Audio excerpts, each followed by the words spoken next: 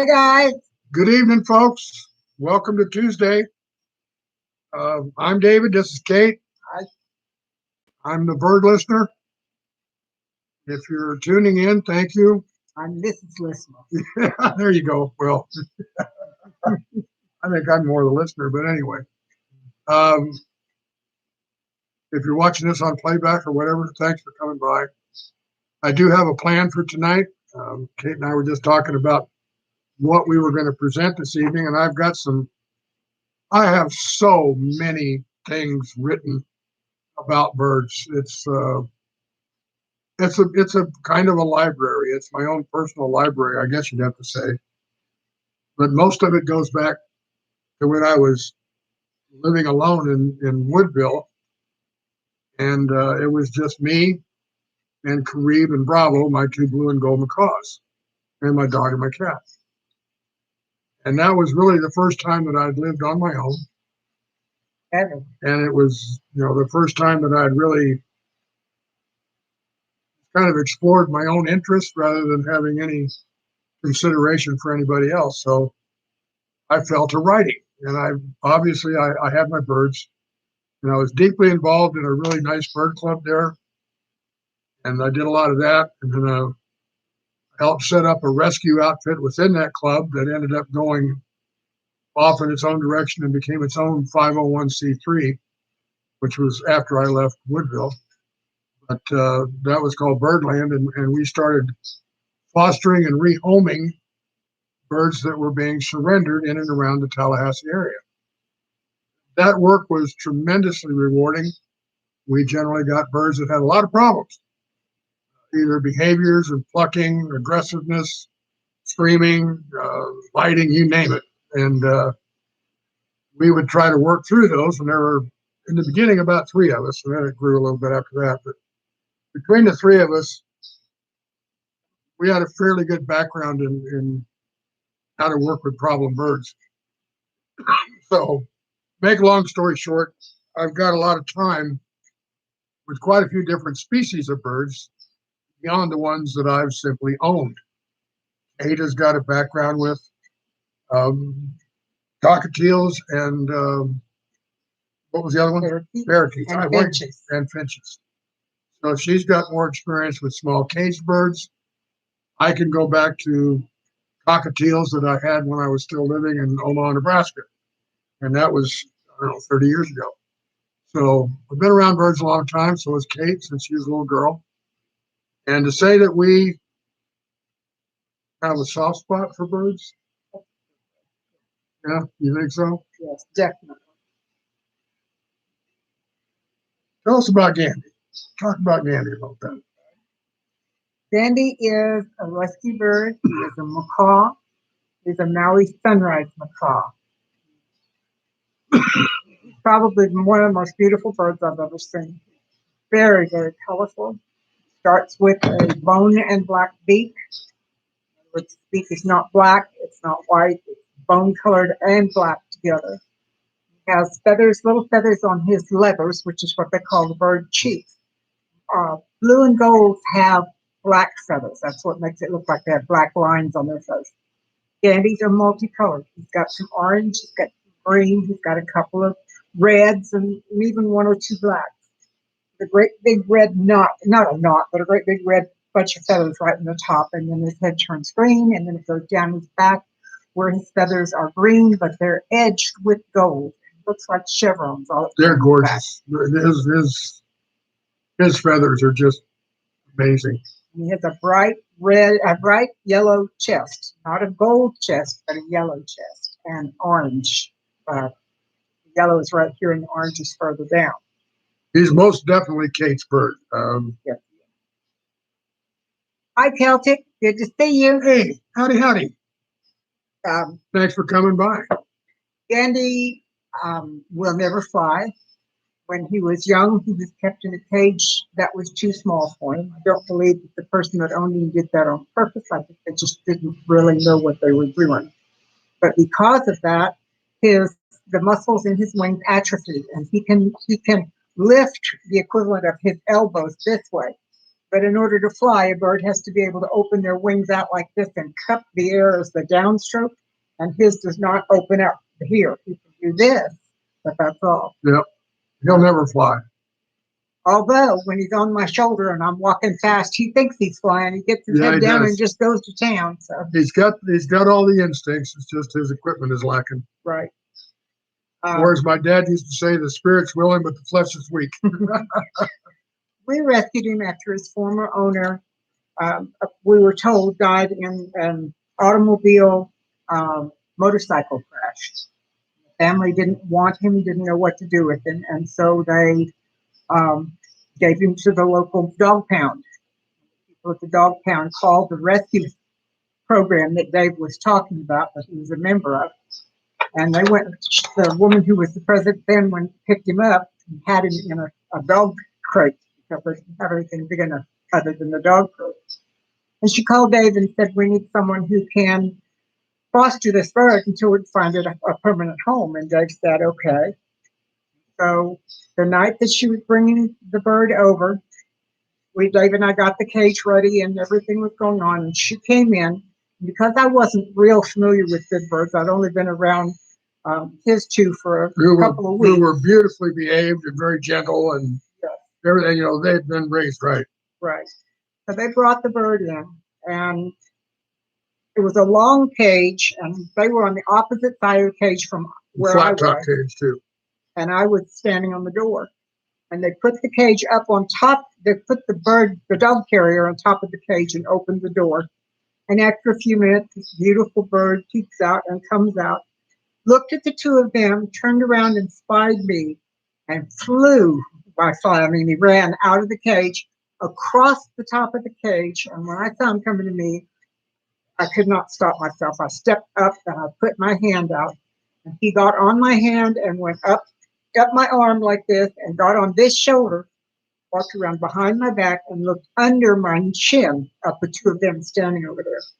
Now, again, I didn't have all that much experience with big birds.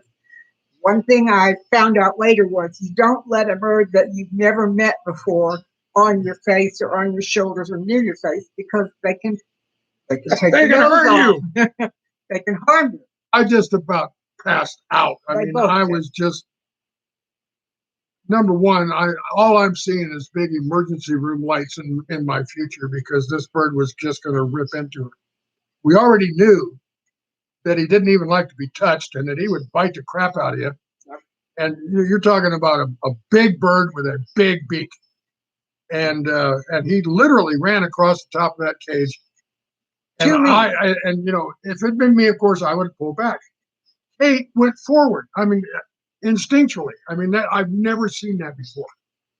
How she knew or why she did it that way is to this day a puzzlement to me because it is the absolute opposite of what 99.5% of people in the world would do. Yeah. You don't go toward a charging big bird.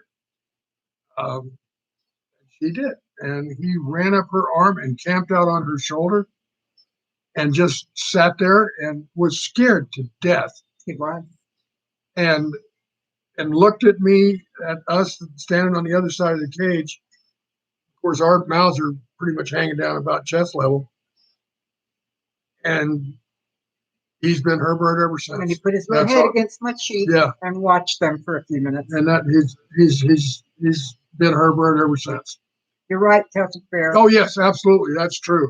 Especially with big birds. I can tell you a case in point. My former wife and I, we had Kareem, and he was my bird. You have to understand my then wife, she didn't like being one up, so she wanted a bird.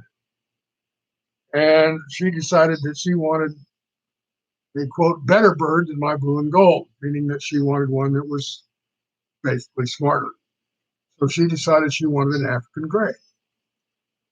Well, make a long story even longer, we managed to get her an African gray. Who immediately bonded to me. To the point that even things that he said were said in David's voice, with David's inflection. Well, this is before Augusta. This was our first gray. Oh, This was the first one. It took two birds, but anyway, this bird he'd be sitting on her shoulder, leaning towards me, just like all the time. Wherever I was in the room, he'd be leaning toward me, sitting on her shoulder. What little bit he learned to say while we had him was in my voice. If I had him on my hand, I could do anything. I mean, I could ruffle his feathers and pet him and stroke him and rub him on the belly, everything. Susan was doing good just to get up and touch his back without him either squawking or turning and trying to bite her. So it was very obvious the bird did not want to have anything to do with her. Well, we ended up, I think, selling the bird back to the guy that sold it to us. And a few months later, we got a much younger bird, and that was Augustus Grayus Maximus. And he did it because he was raised from a much younger age. He did indeed bond with Susan, but still, when he learned to talk, it was all in my voice, and it was all the things that I said. I don't think he picked up a single thing from anybody else in the house other than the things that I said. So it was kind of strange. Anyway, she got him in the divorce, and then turned around and pretty much immediately gave him to my daughter. But anyway, so the point is, we've been around birds for a while. We sort of know what we're talking about as much as a couple of real amateurs can. But tonight's topic, we decided we wanted to talk about different kinds of birds and some of their characteristics and kind of what makes those particular birds popular and why and where they're from and things of that sort. Now, I do have to refer to some notes that I've got here. And actually, this particular piece that I'm referring to was written by a woman named Teresa Jordan. I don't know her history. I don't know where it was. I think I got this off the old Birds and Ways website, which is now defunct, and that's a shame. That website was thousands of pages deep, and there was stuff there for everybody. Everybody who had anything to do with birds. I think I'm gonna go fire up my old. Have you ever heard of the Wayback Machine? The Wayback Machine, I think they've still got it around. You can go in there and you can back up the internet to a time when that site was active. So let's say if you want to go back a year on maybe Birds and Ways shut down less than a year ago. If I went back a year, the Birds and Ways website would still be there. Now, all of its functionality might not work, and obviously links and things of that sort, but the raw information may still be there.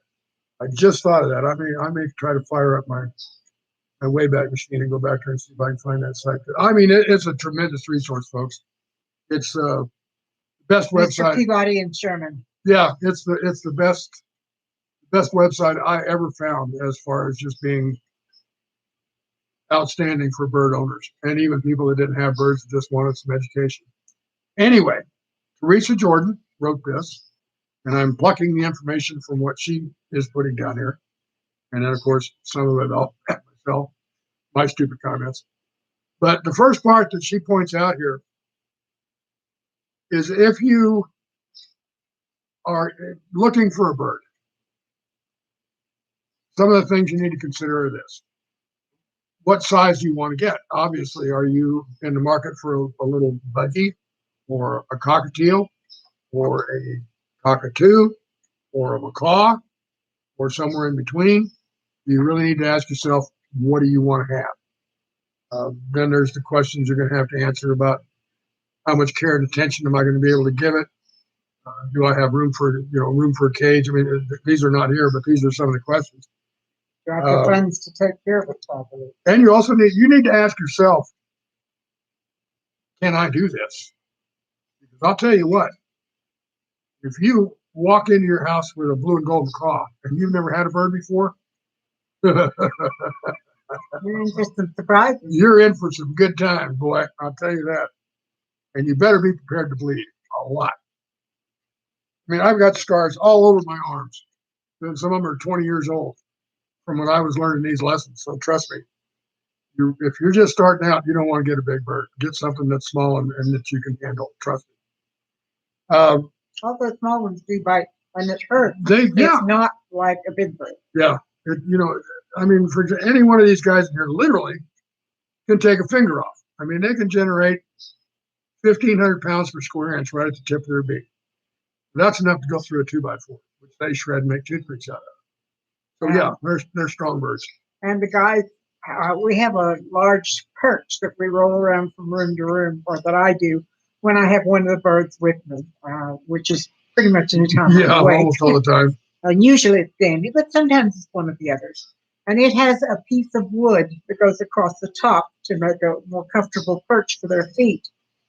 They have torn that perch up to the point we're going to have to replace it. I've got to replace it here pretty quick. They've got it pretty well torn out. Yeah, they really have. But that's what they do. Birds tear stuff up. That's why we got them around. One of the big questions you're going to want to ask yourself is, how much noise can I afford for my bird to make? You've got to think about your own tolerance. Believe me, with 3 blue and golds around here, birds hollering is it's an everyday thing. We just deal with it. But if you're living, say, in an apartment building, you might not want to consider a blue and gold macaw or some of the other birds that are real screamers. Some birds are much more quiet. They're much more compatible, or the noise they make is just not that loud. The birds have an amazing capacity for being a lot louder than you think they are. Celtic Bear says he would love to have larger birds, but his wife or his other half likes cats. Yeah. Celtic, we've got birds and a cat and a dog and fish.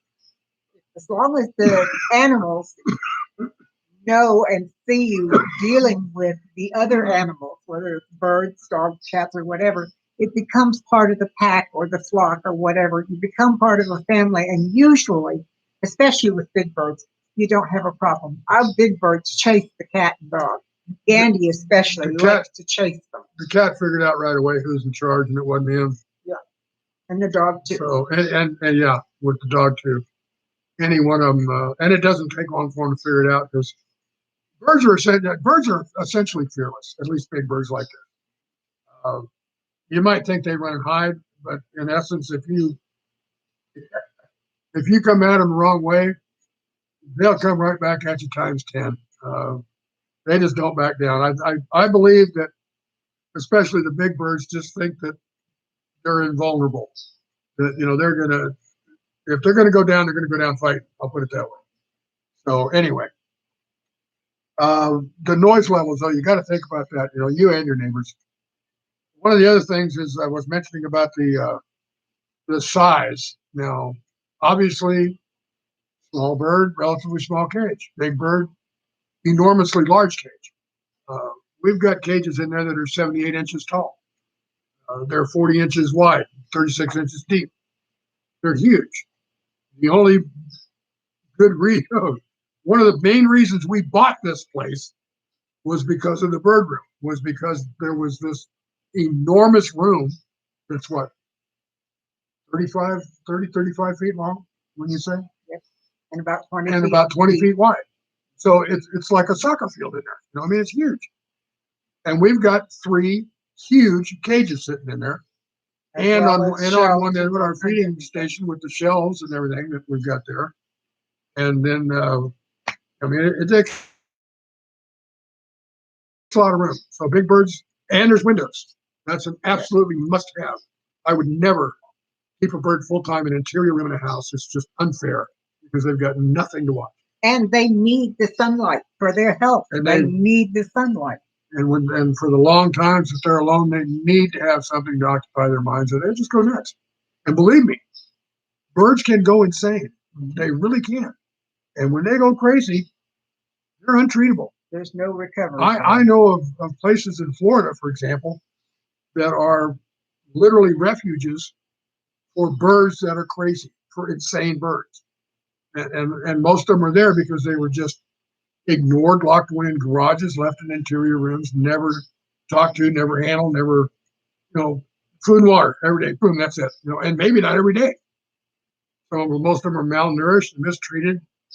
It just makes you furious.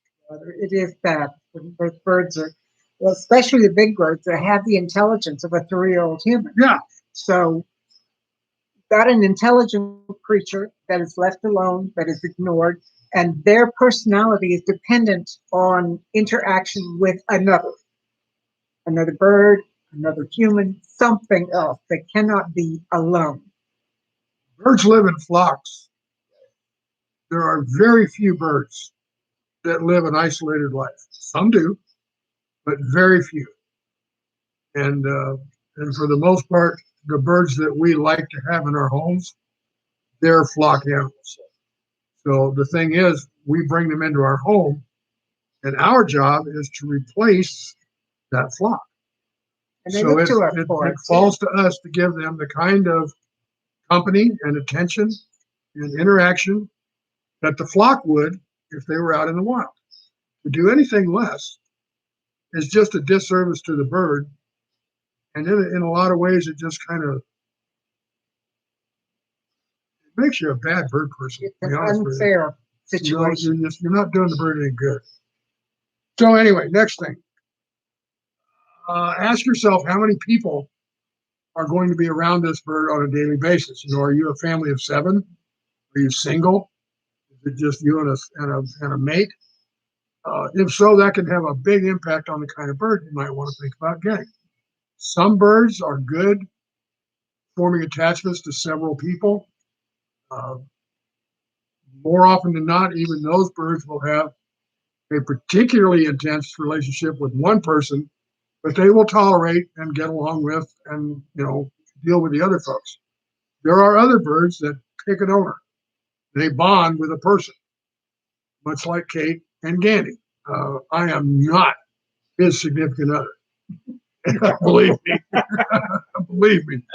And a lot of birds are in the middle. They'll bond with somebody, tolerate everybody else, but you really got to think about it as to, are you going to be the main person that interacts with this bird every day? You're going to be the one to change its food and water, prepare its diet, take care of it, change papers, clean the cage, things of that sort. That's generally the person that the bird forms bond with, obviously. And also, are you going to spend time with the bird up close and personal? Not just taking care of it, but, it's sitting on your chest on your recliner as you watch TV, or, on a stand near you where, on your arm, on your shoulder, somewhere, you're in contact with it. Or standing on the kitchen counter while you're making dinner. A lot of people, their birds are part of the cooking process. I know Gandy is. He said when Kate's in there cooking, Gandy supervises. That's all there is to it. And he tastes everything I cook. He absolutely insists, but he tastes what I'm cooking. Yep. And if I don't let him, he starts walking down my shoulder into my hand that I'm stirring with. Yep. So he's a trip, and they talk back and forth all the time. Yeah. I swear to God, they understand each other. I really think they do. we chat just like 2 women would chat. He and I chat. And I'm listening to all this. I mean, it's right behind me that they're doing all this. And I swear to God, sometimes there are differences in what Gandy says to her. You understand? I do. I do understand it. But he and I communicate. We truly that's do for sure. That's for sure. You do. I can't argue that point. Okay, so if we were going to talk about the various birds that you might want to consider, a lot of people want to go and hit the home run right away. Say, I want a bird that's really smart, really clever, good talker, easy to take care of, and not too big. Well, that would be your African gray. Arguably the smartest bird in the bird world, although I'm beginning to have my doubts about some ravens and crows that might even be smarter. But by and large, the African gray is considered to be the most intelligent of the birds that we keep as companions. They can have enormous vocabularies. They have the mental capacity. The big birds, they say, and big, I mean I'm talking about their brain size, not necessarily their physical size. And of course, the African gray is right in there. 3.5, 4 years old. So when you think about an African gray that's, say, roughly got the intelligence of a 4-year-old, they can be very loving. They can be very irksome, they can be very stubborn. They can be incredibly clever. They can be so loving that you just can't believe it. And at the same time, they'll turn around and scream and yell and kick and moan and bite you. So African Greys are at best somewhat unpredictable. If one bonds with you, you're a very lucky person because an African Grey doesn't do that easily. They definitely pick and choose who they want to bond to. Now, obviously, the African Grey, let me just go back to my notes here for a minute. They do come from Africa, obviously, and they're ground feeders. They're in Africa, by the way, and you'll see huge flocks of them down on the ground grazing. And they eat, nuts and veggies and seeds and even small critters, like crickets or whatever they find on the ground. But most people say that the African Grey, their temperament is that they're kind of like the old gentleman. They're very reserved, very distinguished, kind of a dappled gray, and they just kind of sit there and they just look cool. They don't get excited about a whole lot. They're not nearly as noisy as some of the others, and they just kind of it kind of seem like they're just always sitting there watching. They're just waiting on you. Go for it. You can Celtic bear. Hey, Happy. Happy King. The bird's name is not Danny, it's Gandy. Gandy. It's actually Gandalf, but I shortened it to Gandy because at one time we weren't sure if he was male or female, and I thought if he was female, we'd call her Andy. But turns out he's male, and Gandy or Gandalf is what we call him. His full name is Gandalfus terrificus. Yeah. And he is joined by, let's think about this. Corybus Maximus. Yeah, Corybus Maximus and Bravo Bravo Stupendicus. And then David loves to make up different names.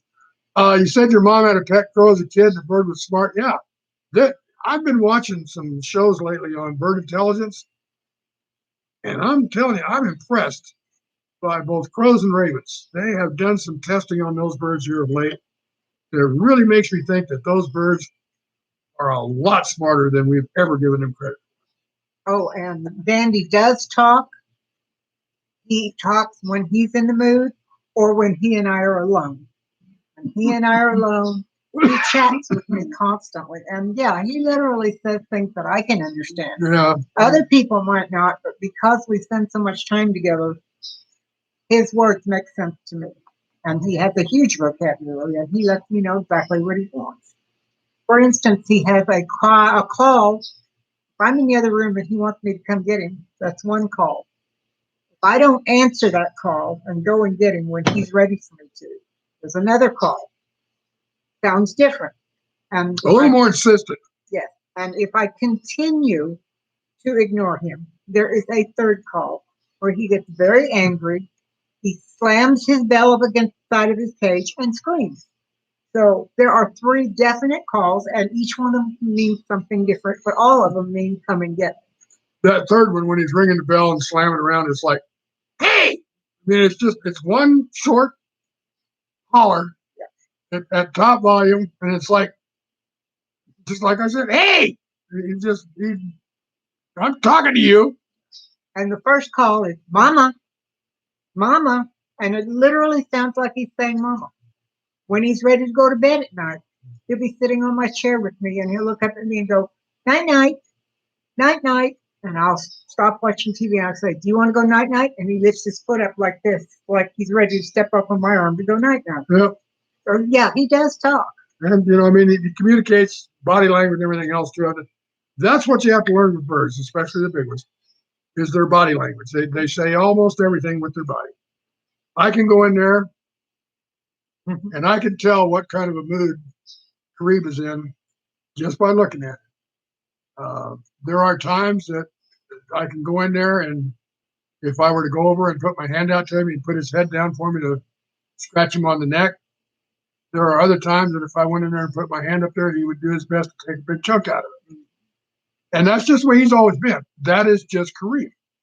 Bravo, on the other hand, is just as gentle as can be. I could go in there anytime and reach out for him, and he'll put his head down and actually start purring while I'm stroking him. To David, he's that way. To me, yeah, no, it's a whole different thing. He's not like that with Kate.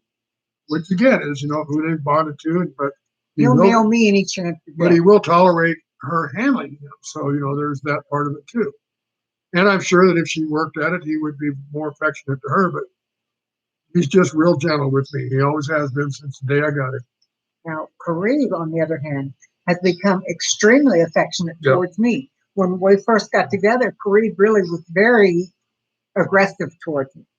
And Well, in all honesty, I've had to reduce my contact time with the birds tremendously here of late.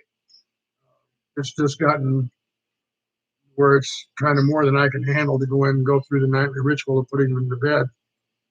And even when I do, uh, my skin has gotten so fragile that even just putting them on my arm, their talons will poke holes in me. And this is when they're not necessarily even sharp, and or the they'll bruise medication me. you take causes his And I'm blood to taking get some blood better. thinners, which makes it even worse. So anyway, I have to be very careful about handling the birds anymore. So Kate is doing probably got 90% of all the bird handling around the house right now. So I hate to admit that, but it's true. But anyway,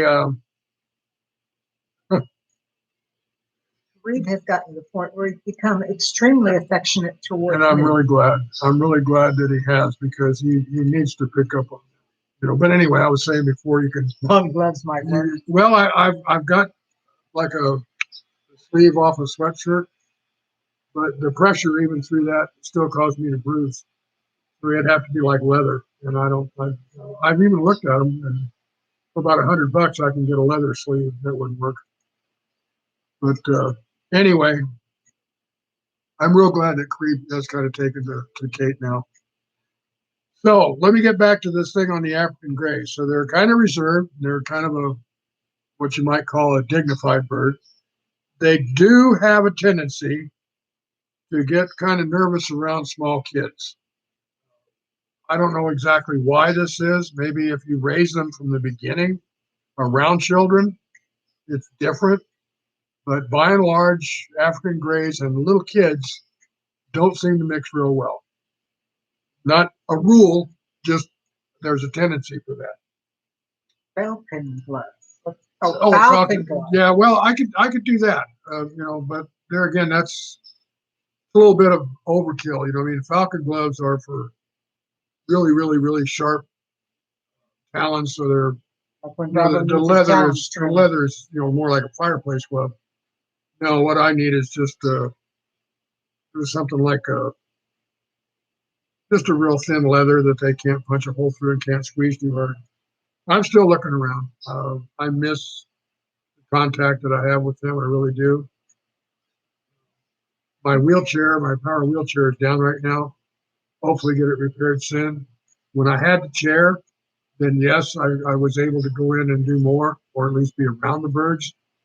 But going in with my walker is just a little more awkward. But with the chair, it's a lot easier. Anyway, getting back to the grays, I cannot tell you how entertaining an African gray can be. For all of their sober looks, they can be a great deal of fun. They're a very enjoyable bird to have around. They learn how to speak real easy. They especially like doing sound effects. So they'll learn how your phone rings, what your microwave sounds like. They'll figure out a lot of the noises around your house, and they'll imitate them too. So be prepared for that if you get a gray. Some people too say too that African grays are not cuddlers. That's kind of true. They do like a certain amount of affection, but they're not the kind like a cockatoo that'll come up and lay on your chest and go to sleep for 4 hours. So they're not quite that cuddly. Yeah, I do, Celtic. I miss.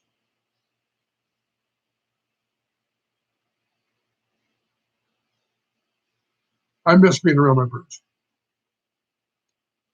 Okay, so Amazons, another very popular bird. Me, I don't trust them as far as I can throw them. There, I said it. There are people out there that love Amazons. Me, I've never met one I can trust. So my opinion of Amazons is a little biased. I've met probably a dozen in my years. Every damn one I'm trying to buy. I meet every damn one of them. Maybe it's my aura. Other birds see me as a kind, gentle old soul. Amazons see me as the devil incarnate because I've yet to run into an Amazon that like me. Been a few I could handle. I bird sat for a family one time that had 3 Amazons, and I was able to get through the weekend. I stayed at their place. I was able to get through the weekend taking care of them, and I never bled. But I swear to God, it was, it was a nerve-wracking weekend. I swear to God, it just I don't. They're great birds for some people, but there's another aspect of their personality that a lot of people don't talk about. An Amazon is good for 5 years. When they get up to about the age of 5, a lot of them will switch their allegiance to another person. Let's say you've got a 2-person household, and that Amazon is yours for 5 years, and then all of a sudden it wants nothing to do with you, and it just wants to be with your partner. That'll piss you off. That's one of the things that Amazon people find is unfortunately true in a lot of cases. They will switch their allegiance to another person. So Amazons, to me, they're nice looking birds. They're a good size, what you'd call medium size. There's a lot of different varieties, including you've got the yellow nape, the white fronted, the lilac crown. Now, the lilac crown is a gorgeous one. It really is. You got the red lord, the blue fronted, the double yellow headed. That's the one that most people see. It's got a big chunk of yellow right here on the top of its head. Feathers go up like this. It really gets. Yeah, they get pretty puffy. Yeah. Then you got a Panama yellow front, a yellow crown. They have what's called an orange winged, and also a mealy Amazon, which is a fairly small one. They're around 10 to 18 inches long from beak to tail. Probably weigh, and well, in ounces, maybe 14 ounces to a pound. So somewhere around there. Now, there's no doubt in my mind that Amazons are smart. They are one of the best talkers. They are one of the best birds for learning tricks and doing behaviors. They're very, very intelligent. They're good talkers. They like to whistle. They can be loud. But if you want a bird that, I'll put it this way, unless you have a very strong personality yourself, don't even look at an Amazon, because that Amazon will own you. They will own you. So you've got to have a pretty good personality and the ability to, I'll say it in a kinder, yeah. You definitely, sometimes you just have to dominate an Amazon. That's all there is to it. You just got to demonstrate to them very clearly who the boss is and who's in charge. So unless you really want a challenging bird, I suggest you look at other than Amazons. Now, there's another one here that's called Caiques, and I'll bet none of you have heard of them. Caiques are cute little birds. They're yellow and green. They don't walk around so much as they hop. If you go out on the internet and you start looking at little YouTube videos about, the cute bird things, if you watch some of those, you will inevitably run across a Caique just hopping across the floor. For some reason, just the way they hop, just that is funny. It looks or the joyful. other way. Yeah, I saw one the other night when this Caique was marching. He literally was going through, and you could hear his feet smacking on the counter, and he was just marching. He'd land on his elbow and slap his foot down, and he was just marching around. And he did that for 20, 30 seconds. It was hilarious. Anyway, Caiques, they're relatively inexpensive. They're a real good bird if you want a bird with a lot of energy that's a lot of fun. They love to play with little toys. They interact with people very well. They're a gregarious bird. They don't have too much of an issue with who's handling them. They're small enough to where even if they do bite you, it's next to nothing. It's just a little pinprick. But they're very friendly. They're very gregarious. I'll put it that way. And most people just call them happy-go-lucky, and that's very true. Is what they are. Patrick wants to know what parrot would be good for beginners. For beginners, the next one I want to talk about, which is cockatiels. Cockatiels are probably, in my mind, for a first-time bird owner, the perfect choice. There are a couple of others that are very close seconds, but if you want a bird that's an easy keeper, one that is a lot smarter than most people give them credit for, one that can be a great deal of fun, one that will do a lot of entertaining for you. They learn how to whistle, all different kinds of whistles and squeaks and sounds.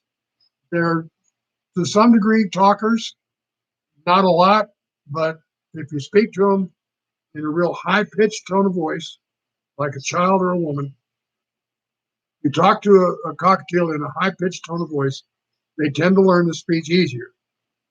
Why that is, I don't know, but it's true.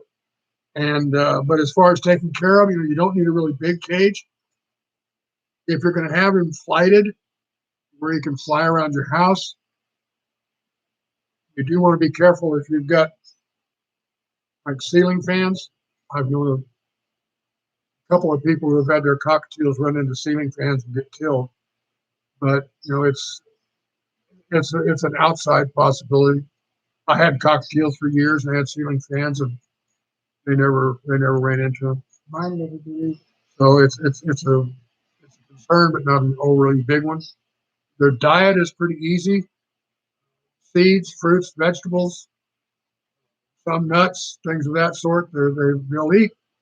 They're really good on veggies. I mean, things like a little bit of broccoli or little pieces of fruit, oranges, pears, peaches, things of that sort. They'll eat a lot of that too. They don't make huge messes. I mean, they're small birds, but they don't make a mess like our blue and gold. They're pretty easy to train. Like I said, they're pretty smart, so they can learn, step up and going on your shoulder and various little tricks, that you just want to keep them just in order to keep them, stepping up on their perch. None of those things come natural to a bird. They're all learned behaviors.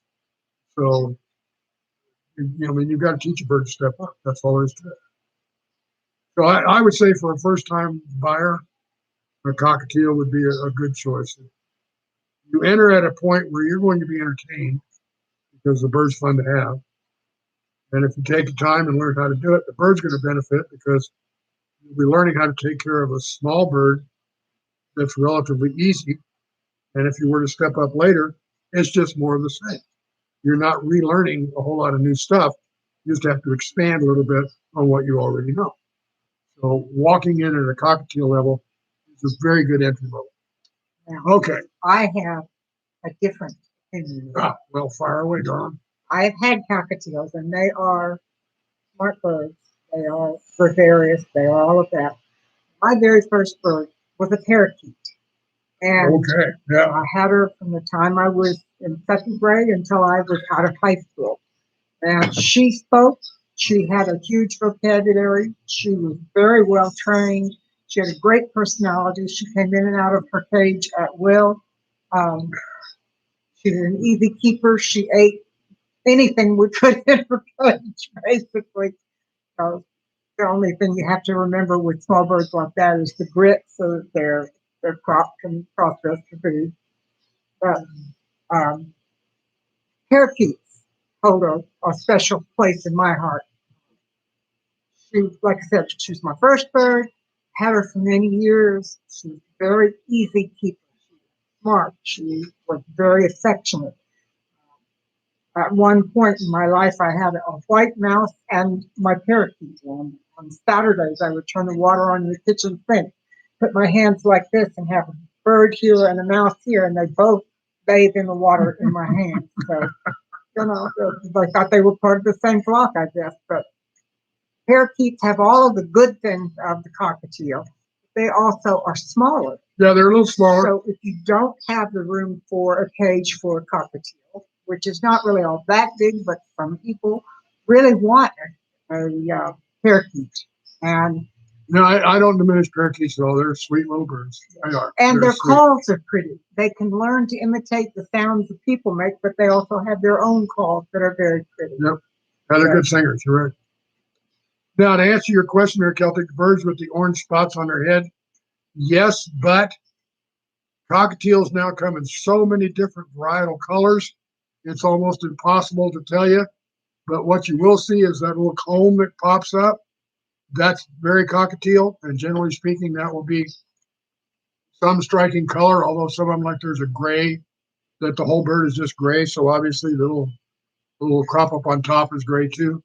But they have like this little mohawk haircut that comes up in the middle of their head, and that's a cockatiel, just like the cockatoos do, who are their bigger cousins. Um, let's see what else. I go on beyond the cockatiels. Well, cockatoos are another one that I dearly love. I've often said that if I could only have one bird, it would be a cockatoo. But I've also said I'll never own a cockatoo. So the dichotomy is because, number one, cockatoos are probably the most lovable bird in the world. They are just the sweetest things. A little rose gala, the little rose-crested cockatoo, one of the smaller ones, they've got this little squeak that I swear to God will melt your heart. It will. They're just gorgeous little critters. And on up to even the bigger ones. There's a lesser sulfur-crested cockatoo, a greater sulfur-crested cockatoo. There is also there's the Goffin and the Moluccan, the umbrella, the bare-eyed, the citron, the sulfur-crested, and the lesser sulfur-crested. Now, the Goffin is also called a gala. The same name or different name, same bird. I've taken care of a lot of cockatoos over the years, and one of the worst behavior problems that I ever had to deal with came from a cockatoo. The people surrendered this cockatoo because it just wouldn't stop screaming. And I was living on the east side of Tallahassee out in the country. And I had a dining room that I already had birds. I mean, three was up toward the front of the house. But I had a dining room that I could separate where I put this bird.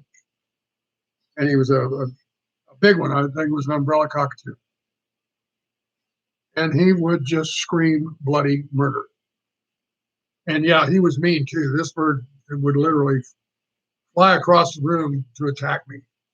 So, I mean, this bird had a myriad of behavior problems, the worst of which was this incessant screaming. I mean, this literally would go on for hours, and I'm not joking. Well, the scream of one of those cockatoos can be heard miles away down in Australia, so it's loud. And I figured out a way finally to break this bird of its screaming by going up and talking to it, and when it was quiet. And then as soon as it started screaming, I'd turn my back. And then when he stopped, even if just for a few seconds, I'd turn around again and face him. Well, it took a couple of months, but that technique finally worked. And we got into where you could go in your room and he wouldn't just start screaming. The attacking thing was a little tougher. Then I actually was wearing gloves because he would bite very hard. And a cockatoo bite is one of the worst. The way their beak angles, they take a big chunk out of it. It's not just a little slice. I mean, the bottom, the mandible, even on one of these cockatoos, like the umbrella, is probably an inch wide. And it's like a frickin' razor. So you can imagine if he goes at you and chomps down on you, you've just lost a chunk of your hand, an inch wide. So they can take a big piece out of it. But anyway, I finally managed to stop him from attacking me by using some netting. I would stand there and he'd be on his stand, and I'd walk into the room and he'd come at me, and I had this, I guess what you just call a piece of fish net, and I'd hold the netting up and he'd fly into that. Well, it didn't take him very long to figure out that it wasn't a good idea to fly into David. And then I moved closer and closer and closer with this netting, and finally got to where I could, walk just from around where he couldn't see me and just walk right close into his range of view, and he wouldn't go for me. And I was the only one he was attacking, by the way. My daughter was living with us at that point, and my ex-wife. Both of them could walk into the room and it didn't bother them. If I walked in, he'd come at me like a screaming Mimi. But I had him, I guess, 5 months altogether before we finally rehomed him because, oh man, he had some problems. So anyway, cockatoos, but by and large, are wonderful birds. They love affection. They need affection, as a matter of fact. If they're left on their own devices, they will become very destructive very fast. They will shred anything. I mean, cockatoos. I've heard stories. I've never actually seen this, but I've heard stories of cockatoos being able to unlock combination locks. They're that smart, and they're that curious, and they're that determined. I've yet to find a good cage that a cockatoo can't get out of. Just the regular latches and things that you put on your bird cage ain't enough. He can get out if he wants to. So they're escape artists. They're incredibly. I had a cockatoo tear up an entire set of blinds on my window when I lived down in Woodville. He did it very quietly. I was in the next room and I didn't even know he was doing it. So, but he shredded them. I mean, the plastic or vinyl shades that you have on your windows. I went in there, about half of it was just gone. Just gone. It just shot it right down. It shot it right down to nothing. So cockatoos, I'm saying a lot of bad stuff about them, but I really do love them. What'd you say? Yeah, took a chunk out of your father's hand. Yep. They can be badass birds, I swear to God, but at the same time, they're.